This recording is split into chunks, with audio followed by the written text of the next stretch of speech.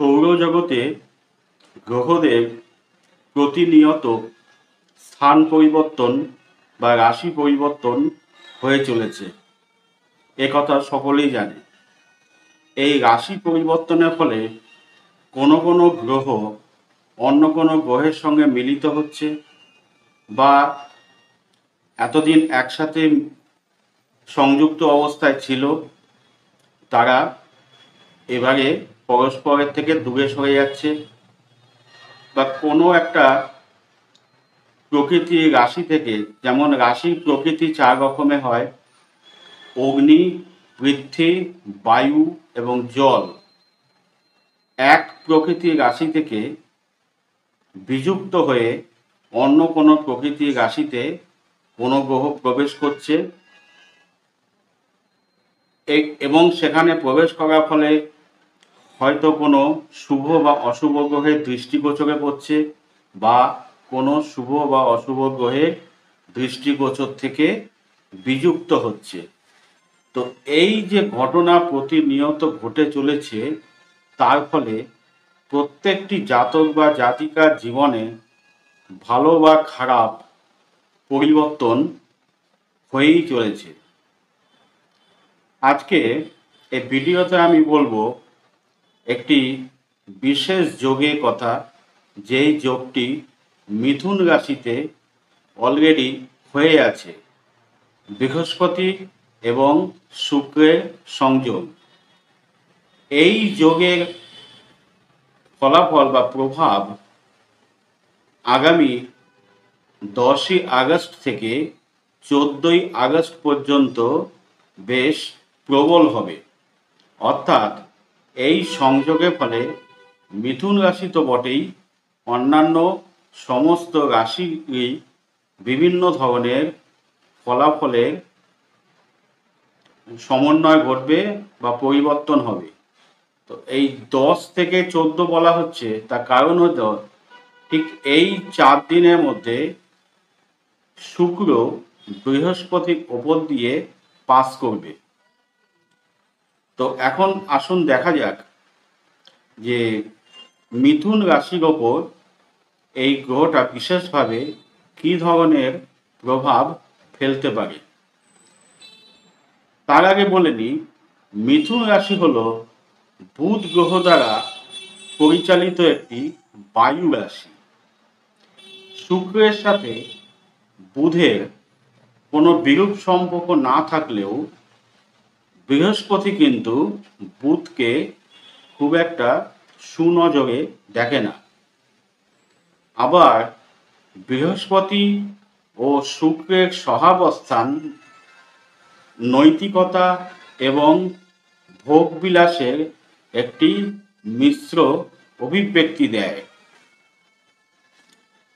মিথুন রাশির জাতক জাতিকারা যারা লেখালেখি, নাটক, মিডিয়া বা ফ্যাশন দুনিয়ার সাথে যুক্ত, তাদের জন্য এই 4টে দিন অর্থাৎ 10 থেকে 14ই আগস্ট অত্যন্ত শুভ সময়। সাহিত্য, শিল্প, সঙ্গীত, অভিনয় ইত্যাদির প্রতি আগ্রহ বাড়বে, সঙ্গে উপার্জনও বাড়বে। দ্বিতীয়ত, বহু জাতকের ক্ষেত্রে প্রেম জীবনে নতুন সামওয়ান আসতে পারে, অর্থাৎ নতুন কেউ আসতে পারে। কিন্তু মিথুন রাশি হলো একটি দ্বৈত চরিত্রের রাশি, অর্থাৎ ডুয়াল মাইন্ডেড। এই দ্বৈত মনোভাব থাকার জন্য একাধিক সম্পর্কে জড়ানোর প্রবণতাও মিথুন রাশির জাতক জাতিকাদের মধ্যে দেখা দিতে পারে। তবে যাই হোক, প্রেমে রোমান্টিকতা বাড়বে।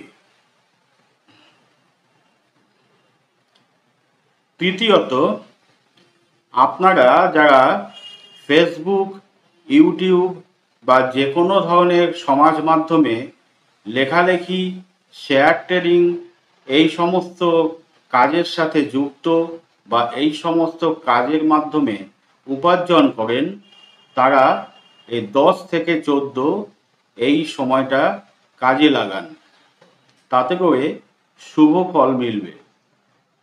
বিশেষত মিডিয়া, শিল্প, বিজ্ঞাপন, ফ্যাশন বা ফ্রিল্যান্সিং সংক্রান্ত কাজে উন্নতি দেখা যাবে। চতুর্থত, কেউ কেউ আবার মনঃসংযোগ করবেন আধ্যাত্মিক জগতে। সৌন্দর্যের দৃষ্টিকোণ থেকে ধর্ম বা দর্শনের প্রতি এদের আগ্রহ বাড়বে।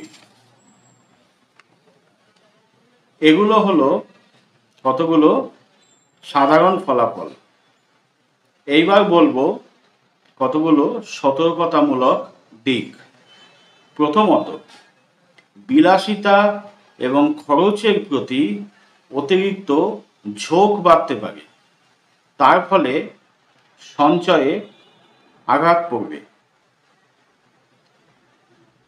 নাম্বার 2, আপনারা যারা প্রেম করে বিবাহ এবং সংসার করছেন,